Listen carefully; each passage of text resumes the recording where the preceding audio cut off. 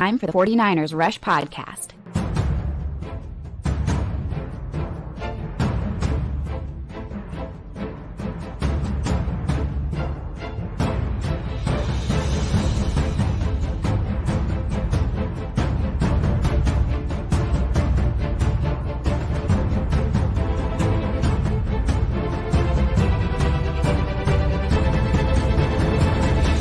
And here's your host, John Chapman. What is going on, 49ers fans? I am with you on the road still in Atlanta from my hotel. I believe this is the 5th place I've recorded from this week, which is a lot of fun. Every single time we've done a show, I'm in a new spot, which is fun. This is our kind of turning into our flagship episode. The weekly game preview, scouting report, predictions, bets of the week, all those things. And so I want to say thank you. Hashtag CC's coming in, all the countdown crew. What's up, Mariah? What's up, Troy? And what we're going to be doing, and got to give credit to where credit's due, Coach Cruz, on the back end, doing a lot of this research, pulling in his connections and all that stuff. Just want to say thank you to him. He's today's executive producer. And we got the man, Clayton, behind the scenes, bringing it in. I see Coach Cruz in the chat there, man. Appreciate all you do for us, brother. So what we're going to do, we're going to dive into kind of what the Falcons have accomplished or perhaps left on the field this year. We're going to go in what they're good at, what they're bad at, where some of these matchups are that you can exploit, but also where some of these matchups that the 49ers got to be wary of. There's one that just stands out. It's highlighted. It scares me. What's up, Eric? Glad to see you too, man. So let's dive in. The Falcons have played everybody's close. Every single team they have played have been decided by one possession, whether they win or lose. Now, they're 2-3. They're not a good team, but perhaps they're better than everybody thought, than I gave them credit for. I thought that this would be one of the worst teams in the NFL. They have proven that they are not that. They're scrappy, but they're still far from success. Not going to be a playoff team. I don't see that happening, even though they're, one game below 500. When you leave winnable games out there continuously, it causes problems, and it starts to catch up with you. So the Falcons came soaring back last week and almost pulled it off. That's kind of the MO with this team, whether it's against the Rams or the Bucs, which I consider both to be pretty good teams. Bucs much better than the Rams, and almost pulling off that victory. The refs definitely stepped in to help Tom Brady. That's just going to be what it is. But they're a scrappy team that they found their identity, and we'll go over all those things. They're just not – they don't know how to win. Their coaching staff doesn't know how to win. Their quarterback doesn't know how to win. Their defense doesn't know how to win. The locker room just hasn't built that culture yet, and I just don't see that coming soon. Now, the mobility of Mariota, that's a problem. How much they run the ball, that's an issue. There's definitely some issues there. But if you add up all of the 3 losses by the Rams, they've only lost by a combined 11 points. They play people close. A win here would be everything. For the 49ers, I just think it would be huge, especially going into next week. You've got, the pesky Kansas City Chiefs coming in, which are a great top-tier team. Make no mistakes. The Falcons are not a quote-unquote top-tier team.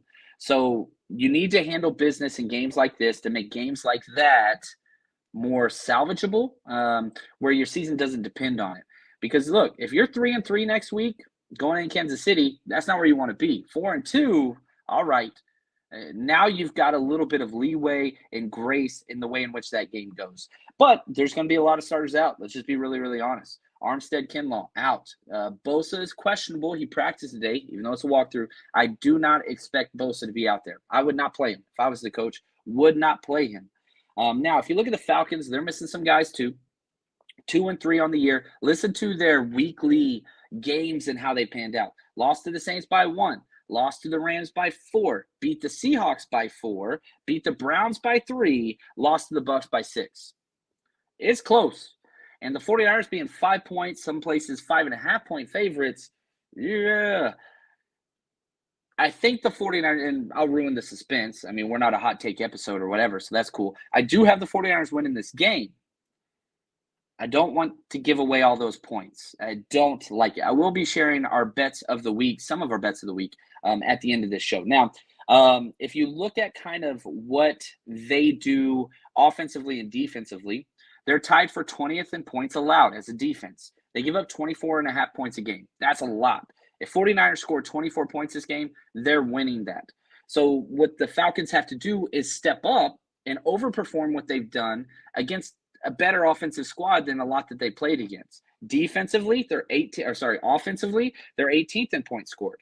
They're scoring 23.6 points per game, and now they're going to be playing the best defense that they've seen all year. The Bucs were great, a great defense, I think top 5, top 3 for sure. I'm giving the nod to the 49ers, even though they're missing mostly in Kinlaw and Armstead and Jimmy Ward and probably Bosa. I believe in this team's defense, the 49ers. Now, Pro Football Focus rankings, let's compare them just analytically on a snap-by-snap basis, right? Falcons versus 49ers. PFF rankings, Falcons, 8th overall. 49ers, 3rd overall. Falcons offense, 6th overall.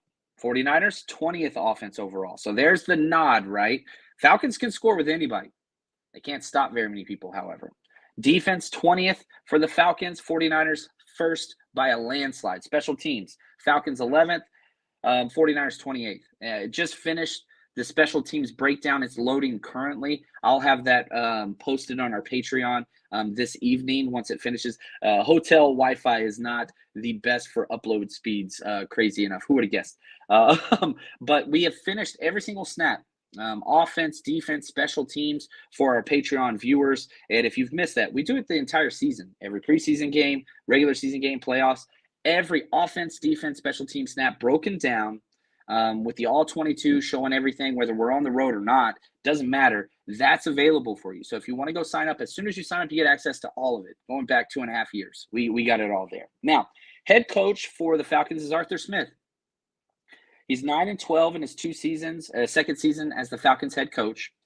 And, you know, they went 7-10, which I thought was pretty good for them last year. I thought they did better than anticipated, and I think they're going to do better than anticipated again. He's a fiery guy, not the best head coach coming over from Tennessee. You want to look into his kind of like background and kind of all the stuff. And, you know, his dad with FedEx is the founder of FedEx and all those things. It's interesting. And if you want to see the film breakdown of the Falcons, that is up with the 49ers cutback crew. We started working with them. All 22, you want to see their special teams, offense, defense, what their schemes are, tendencies are. We go through and show you. That's up as well over on our Patreon channel. So that's there. Now, 49ers injuries, there's a lot. Bosa, don't expect him to play. He's questionable.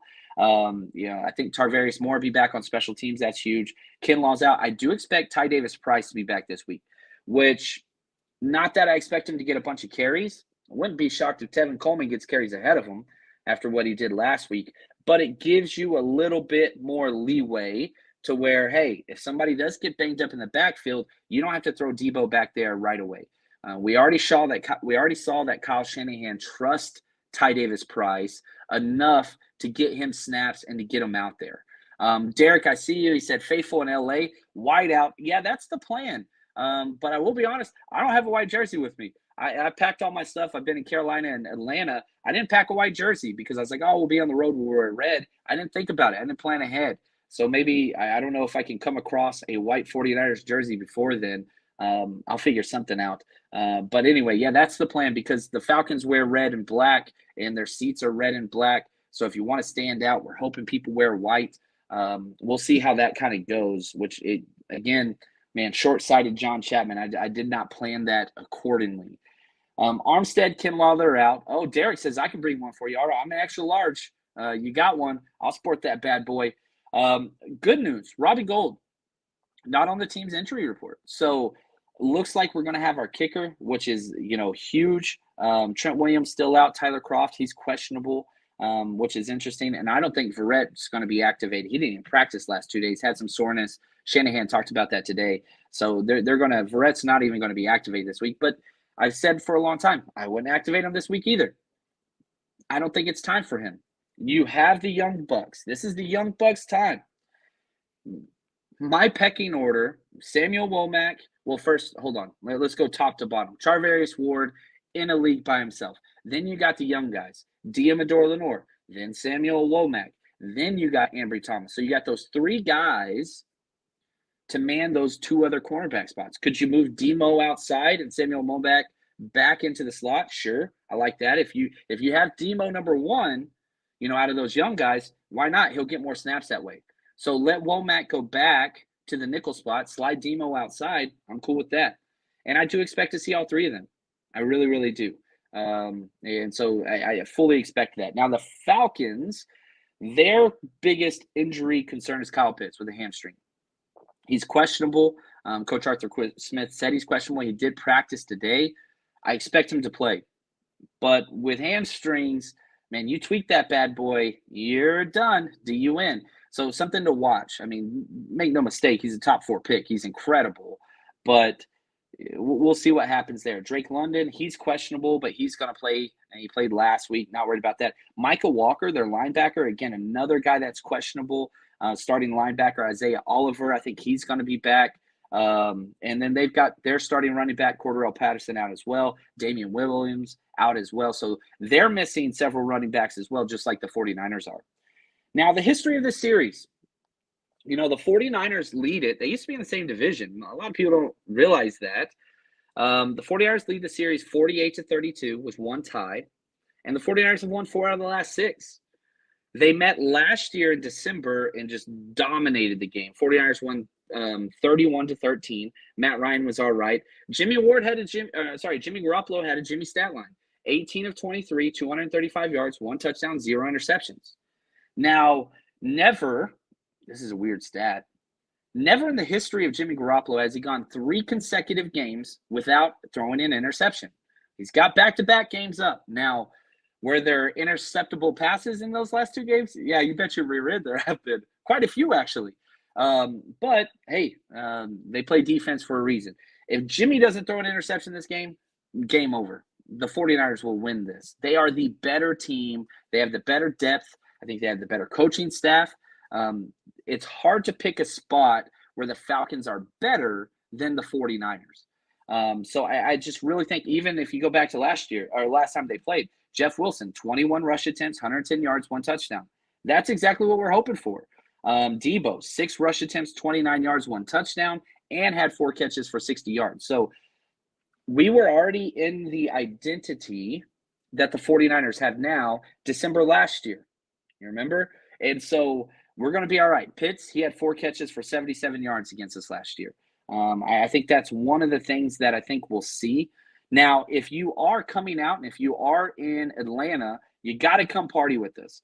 We've got the 49ers Rush Road Trip going. We've got the tailgate. We've got the Saturday party, 49ersRushRoadTrip.com. We are going to be at the Hudson Street Grill. There's several of them. We're going to be at the one downtown right next to the stadium. That way we can party and walk over to the stadium together and show it. One of my favorite things every week is just walking in this giant, massive crowd of Niners fans and just get all the comments.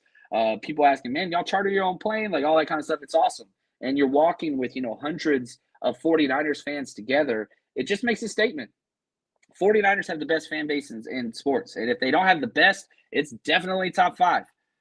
And I think you show that to some of these fan bases, which, man, I think Atlanta supports their team, but they're not the 49ers. Let's be very, very blunt and very, very honest. Now, let's look at some of the new additions. And I think this paints the correct picture for the Falcons. They got a lot of new faces. They are a completely rebuilding team. Drake London, Arnold Ebiketie, Troy Anderson, Desmond Ridder, D'Angelo Malone, Tyler Agier. Those are all new starters this year. That's a lot. And that's not all. Like, most of those guys came over in the draft, right? Marcus Mariota, Rashaan Evans, Lorenzo Carter, Casey Hayward, Elijah Wilkinson, offensive line. Bradley Pinion goes to Christmas Past. Is their punter. Like, over half of their new starters, they're a rebuild. It's a rebuild. So much so, they sent away their linebacker, who was on injured reserve, so he hasn't had much of an impact.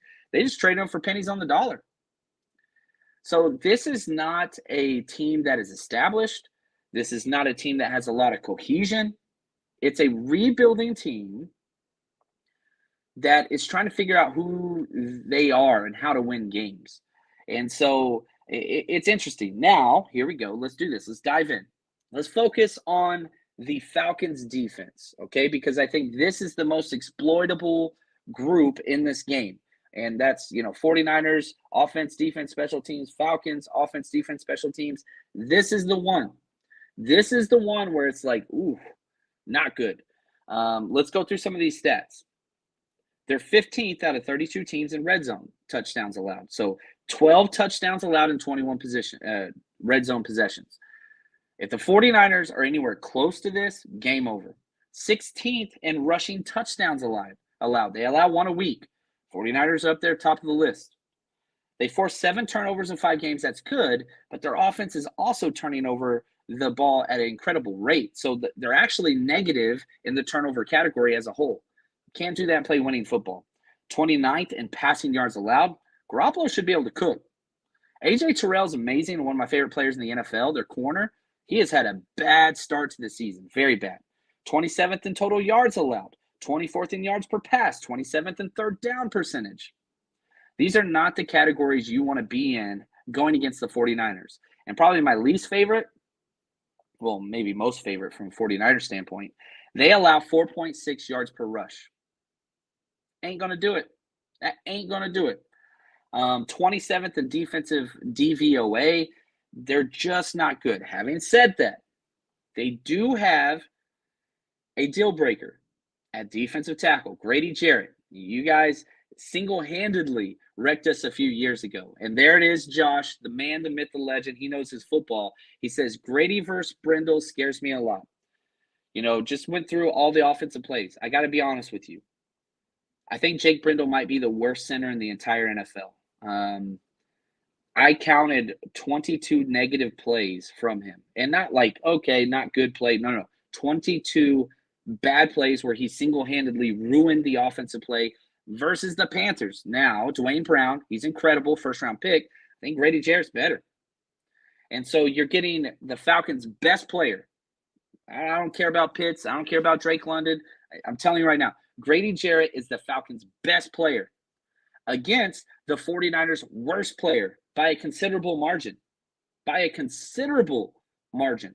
Jake Brindle has been absolutely awful consistently through 5 weeks. I think his best game was against the Rams. It wasn't a good game. It was still bad, but it was his best game so far. If he continues at this pace, I don't understand why nobody else has gotten snaps. You've got Brunskill's back, and he's got work at right and left guard. I don't know why he's not taking snaps at center. I can't stress how bad we are at center. It's bad. It's really, really bad. I'm serious whenever I say the absolute worst center in the NFL. I've never seen worse center play than this. And Bobby says this, hopefully we can snag a center from a team that is out of the playoff race. Now, here's a legitimate concern. And this was brought up by several different people. Teams don't trade centers. There's not that many good centers. I agree with that. I understand that. The Colts are the team I would watch. Ryan Kelly's their center, and if they get out of playoff contention, they already got an old quarterback that's going to be retiring after this year. Man, Ryan Kelly is a perfect fit. Is he great? No, but I do consider him a top 10 center. He hasn't had the best year. I'm telling you right now, if John Chapman was the GM of the 49ers, I'm going all in. I'm calling almost every single team. What do you want for your center? What do you want? What do you want? If it's a player-for-player trade, cool. If it's a draft pick trade, cool.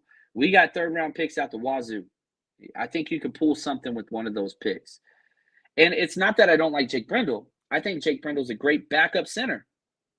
Not starter caliber, not at this point, not at any point. And I really do hate how the 49ers kind of went into this season and have handled that position. Brunskill was supposed to be there. He's got injured once, got injured again.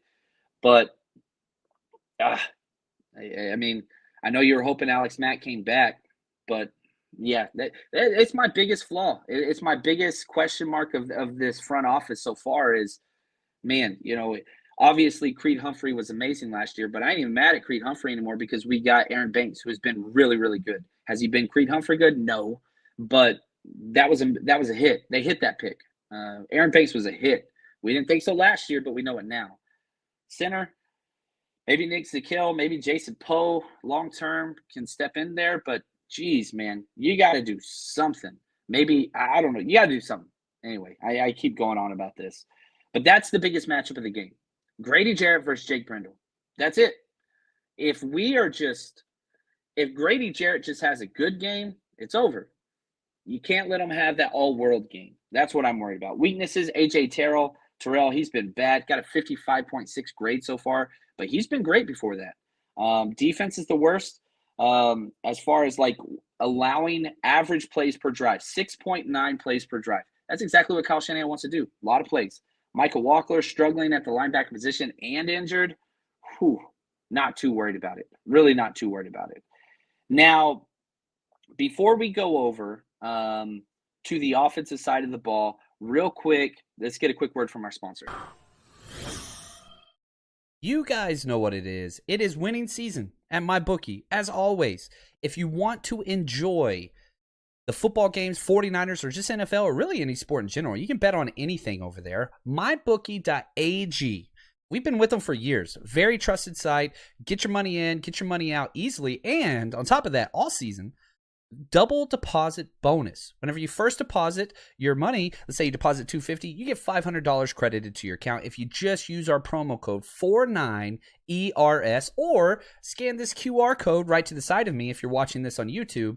And again, it just sets you up completely. MyBookie is incredible. Bet with us. We're on Patreon. We share our bets every single week, all season long. So join us, mybookie.ag, promo code 49ers. Bet anytime, anywhere with MyBookie. All right, we'll be sharing some of our bets of the week a little bit later in this episode. And man, we crushed it last week. We crushed it the week before.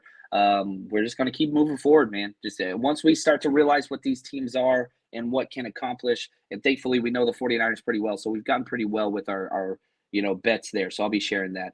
What's up, Eddie? He says, my son and I are coming to the Rush road trip party tomorrow. So excited, Eddie, to meet you guys and hang out with you guys and build that community. The best thing about it is when people come out to the 49ers Rush road trip, they usually come back, and that is awesome. I love building those relationships. It's awesome. And, look at this. Our producer coming in red hot.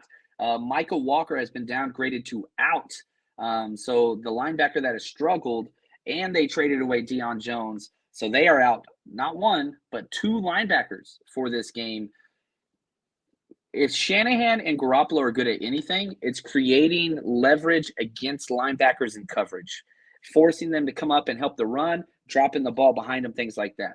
So that's something that I definitely want to watch. Now, let's talk about the Falcons offense, which has been good.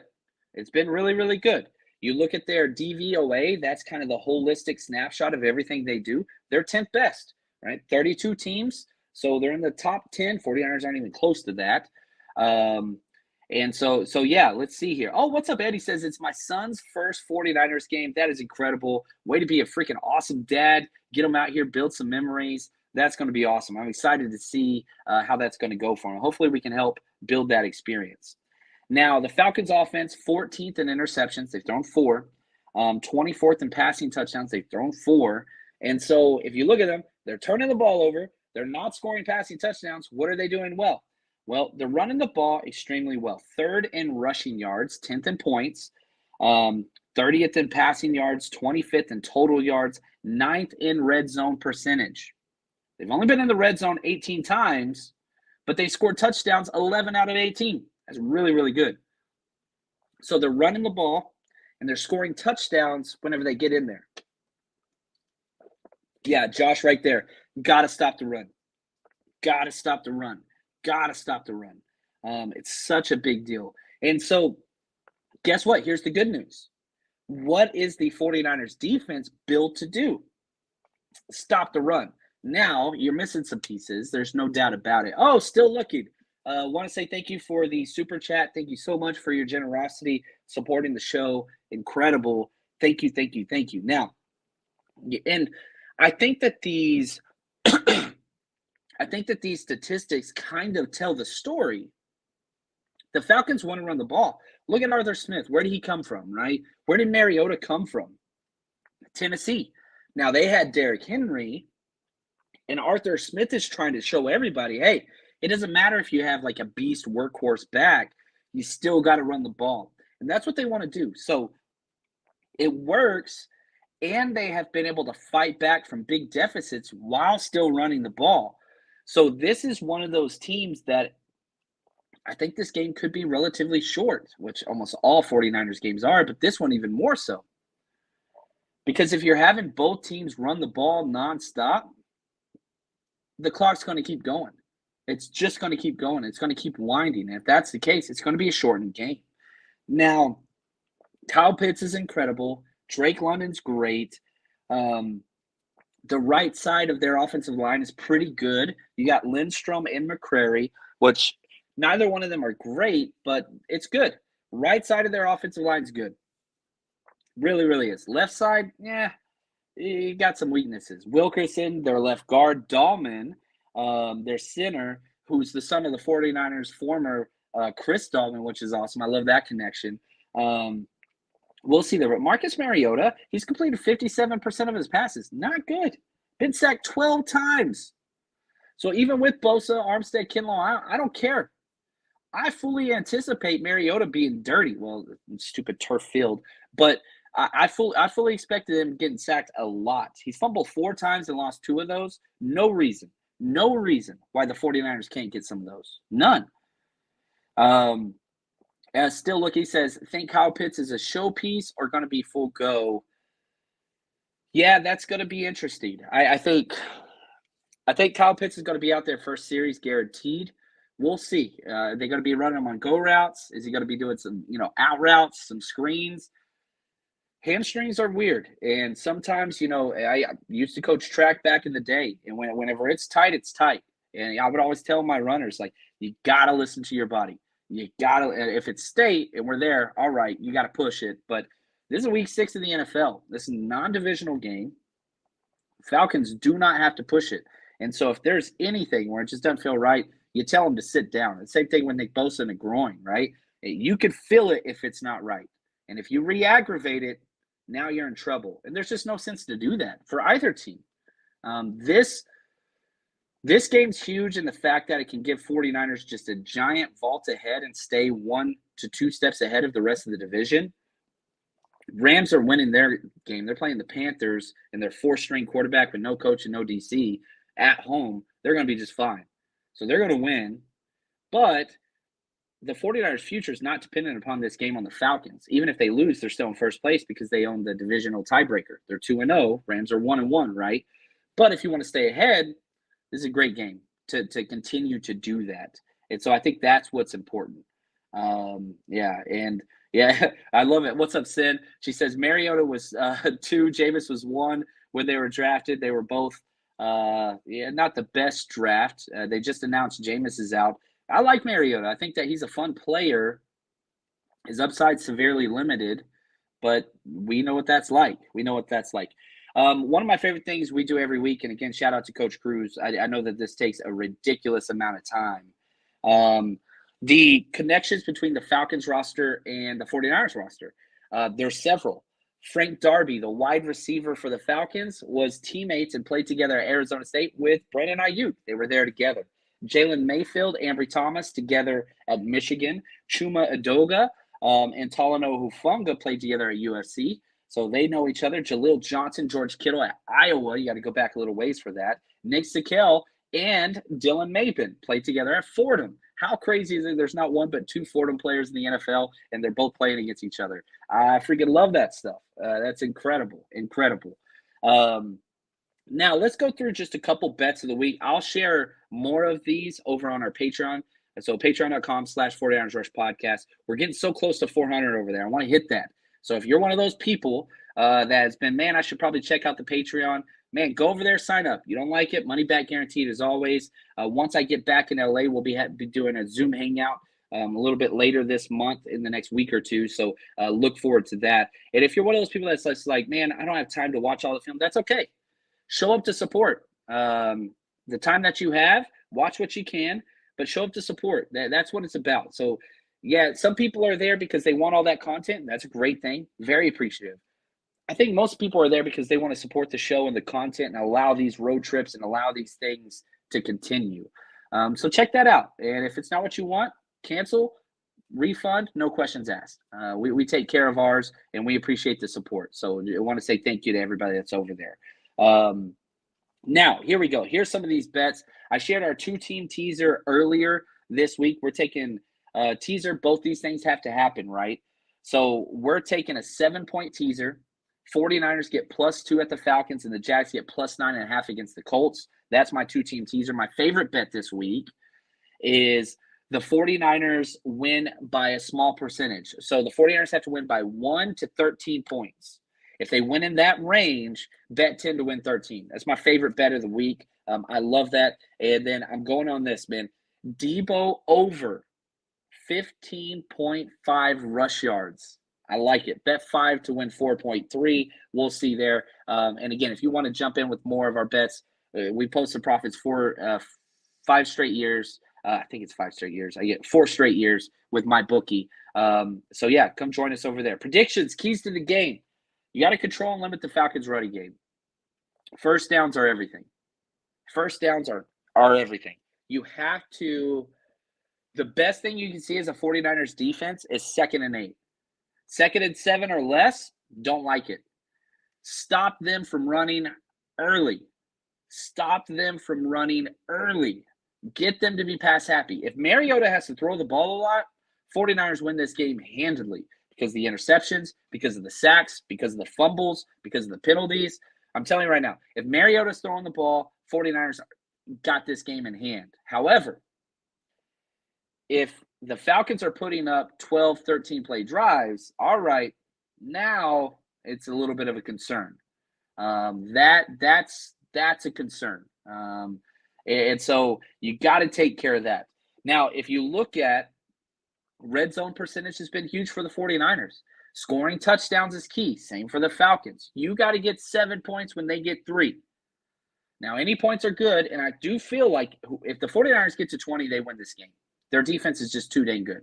I don't see the Falcons scoring 24 points. If the Falcons are going to win this game, it's going to be just like the Bears game. It's going to be just like the Broncos game, which are still burned into my brain, sadly, where you have teams that is going so bad that it's, one of those 17-14 games. You know what I mean? Something like that. I don't see the Falcons winning this game 24-21. I just can't find a way for them to get those points unless it's from special teams or pick sixes, something along those lines.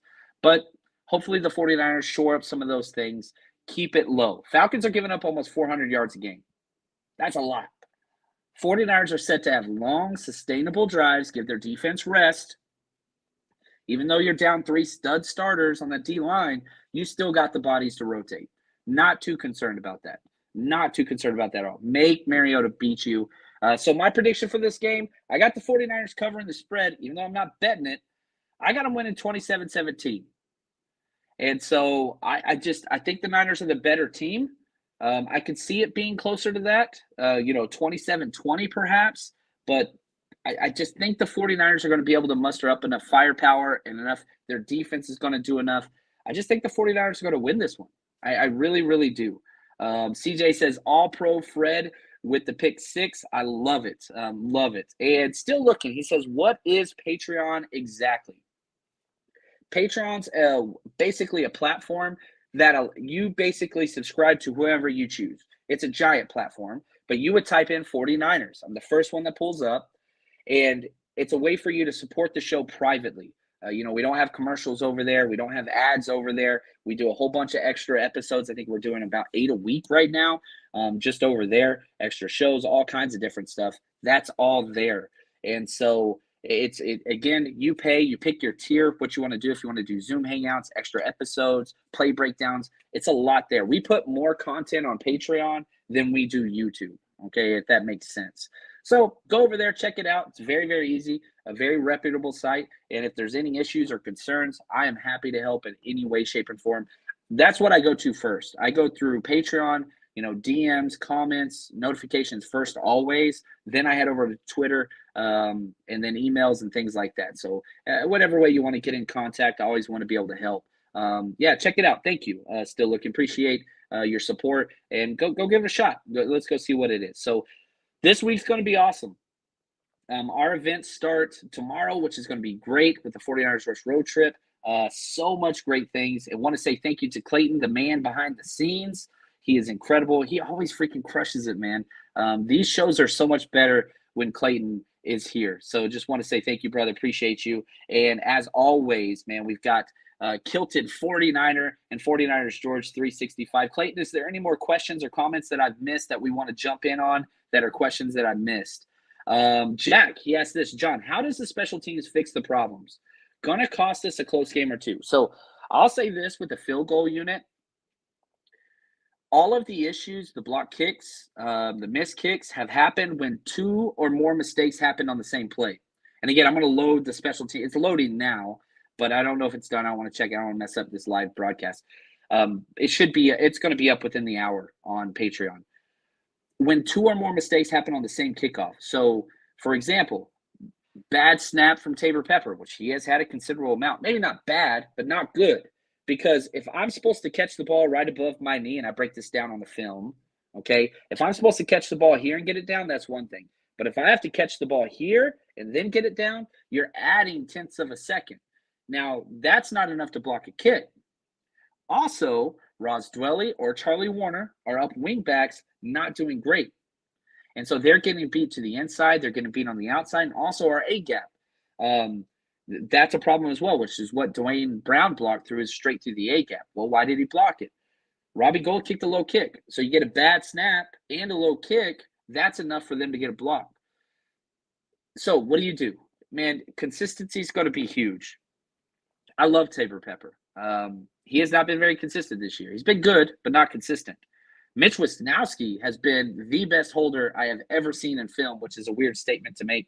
I don't know if that's a flex or not, or a cry for help, but Mitch Wisnowski has been incredible. And then Kyle Juszczyk steps in and did an incredible job as well. When Robbie Gould got hurt, that was huge. So special teams coverage on the kickoff, how does that get better? Outside contain. Both those big runs, Ambry Thomas blew an outside contain. Tyshawn Gibson blew an outside contain. So on both of those big runs where Robbie Gould got trucked over, it was outside contain.